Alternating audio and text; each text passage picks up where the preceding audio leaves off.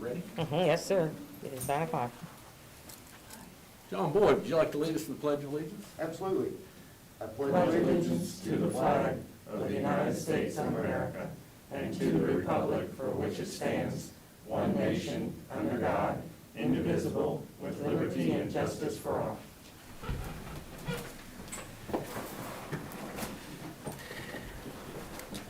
Morning, everyone. Morning. Welcome to the August 3rd, 2020 edition of Shawnee County Board of County Commissioners. No problem social distancing today. We have kind of a thin crowd here. On my left is Commissioner Aaron Mays, who represents District 3, and on my right is Commissioner Kevin Cook, who represents District 2, and I'm Bill Rippon. I represent District 1. What is first on the agenda? First item is item 3, consent agenda. I will move for approval of the consent agenda. Second. Motion's been made by Commissioner Rippon, seconded by Commissioner Mays. All in favor say aye. Those opposed, motion carries 3-0. Next item. Item 4, new business, A, County Clerk number 1, consider all voucher payments. Commissioners, this morning we have vouchers that total $1,278,137.59. The highlights out of the voucher report, we had allocations to the YWCA for $10,000. Under equipment, $134,689.80, of which Interstate Elevator was part of that for $60,566.10, which is 30% of the inmate elevator. And then also we had, for Piping Contractors of Kansas, $70,228.70, which is the final payment of the replacement of the renovation of the HVAC at the North Annex. Under Public Works, we had $84,604.94, of which $56,425.22 was for Vance Brothers, which was purchase of asphalt at various locations. We also had health insurance premiums of $151,115.40. And then finally, under JADO, $686,856.95. And that was the sales tax receipts that then goes to JADO for Go to Pica. And I have asked Ms. Greiner just to touch on briefly the sales tax receipts and that we are monitoring and what we're doing. Yes. Betty Greiner, Director of Administrative Services.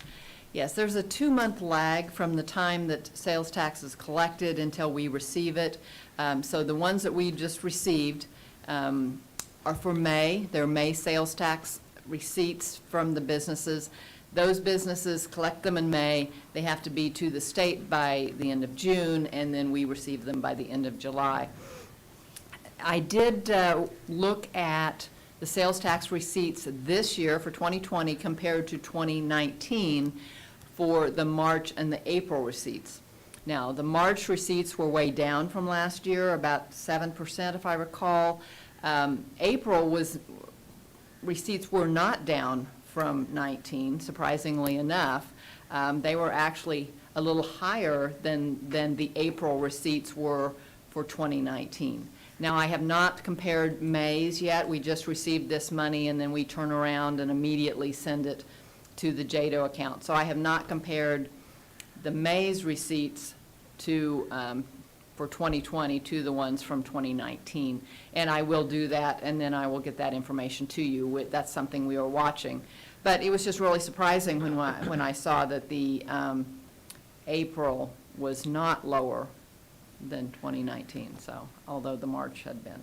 So we'll watch and see in the future and see how that comes in. That is surprising. Yeah. And Betty, while the county is not reliant as heavy on sales tax as other governmental entities, this could be used as a kind of a forecast as to maybe the next year, upcoming months for other bodies. Well, other bodies, some local governments do use sales tax money for operating costs. We do not. We use it only for capital projects, so it does not affect our operating budget, but other other taxing authorities are, yes, it can. Now, so far, we don't have a trend. You know, it went down in March and back up in April, and so we don't have a trend yet to know what the future is going to bring. And let's face it, none of us have a crystal ball as to what the future will bring anyway. Okay. All right. I appreciate it. Thank you very much. I don't have any questions regarding the vouchers and would move for their approval. I'll second. Motion's been made by Commissioner Cook, second by Commissioner Rippon. All in favor, say aye. Those opposed, motion carries 3-0. Next item. Item A2, consider correction orders. I'll move that we approve the correction orders. Second. Motion's been made by Commissioner Rippon, second by Commissioner Cook. All in favor, say aye. Those opposed, motion carries 3-0. Next item. Item B, Parks and Recreation, number 1, consider approval of request to solicit bids to refurbish the Hillcrest Community Center gymnasium floor with the opportunity to partner with Kansas State University through a gift of $22,500 in cooperation with Stormont Vale Health, Kansas Health Foundation, and Blue Cross Blue Shield for an estimated project budget of $38,308.44 with $15,808.44 or $15,808.44 in additional funding available from the Parks and Recreation Operating Fund. Good morning, Commissioners. John Boyd, Parks and Recreation. This is just an additional project with the Hillcrest renovation that we'd like to get permission to go out for bid. The gym floor has not been refinished in recent history that I'm aware of. We are partnering with these other entities. There will be added graphics, and have to be willing to answer any questions. Long overdue, and glad that we're able to get onto it. Absolutely. When you say added graphics, is that a Power Cat or is it? They sent us a suggested graphic design for the whole court, and we are in discussions on that. But there is some Power Cats on it and a few other things as well. Okay, Well, it's good to see some community partners stepping up and helping out. Absolutely. with it, so very good. I'd move to approve. I will second that. Motion's been made by Commissioner May, seconded by Commissioner Rippon. All in favor, say aye. Those opposed, motion carries 3-0. Next item. Thank you, John. Item C, Commission, number 1, consider canceling the August 17th Commission meeting.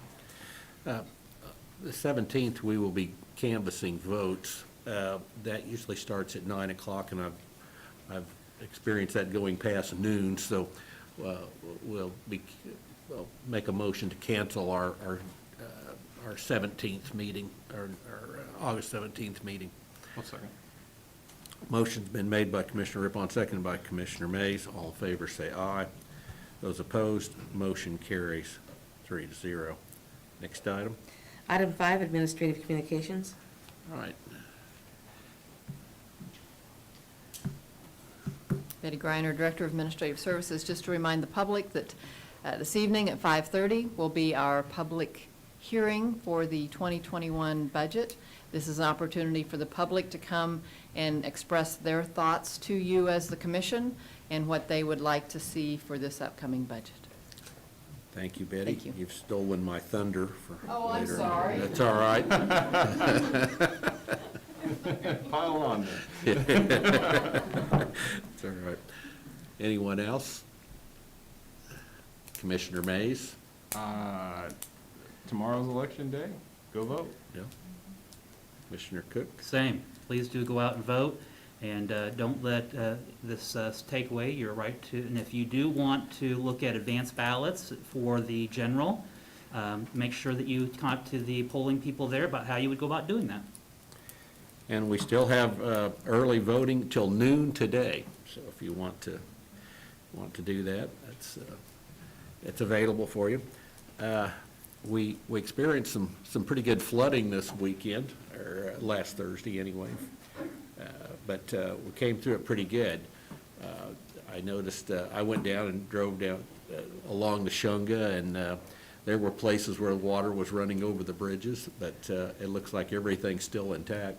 I know our park department's going to be cruising up and down the Shunga looking for any damage we might have to some of the banks along the river or along the creek. Make sure we don't have anything we need to take care of, but looks like we came to it pretty good.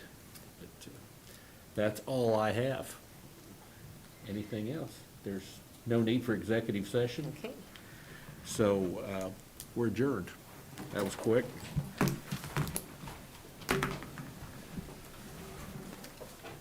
And you do have a resolution to sign. How do you like that? That's never fails. Shouldn't have a lot to sign here No, today. you do have a resolution this time around, so. Okay.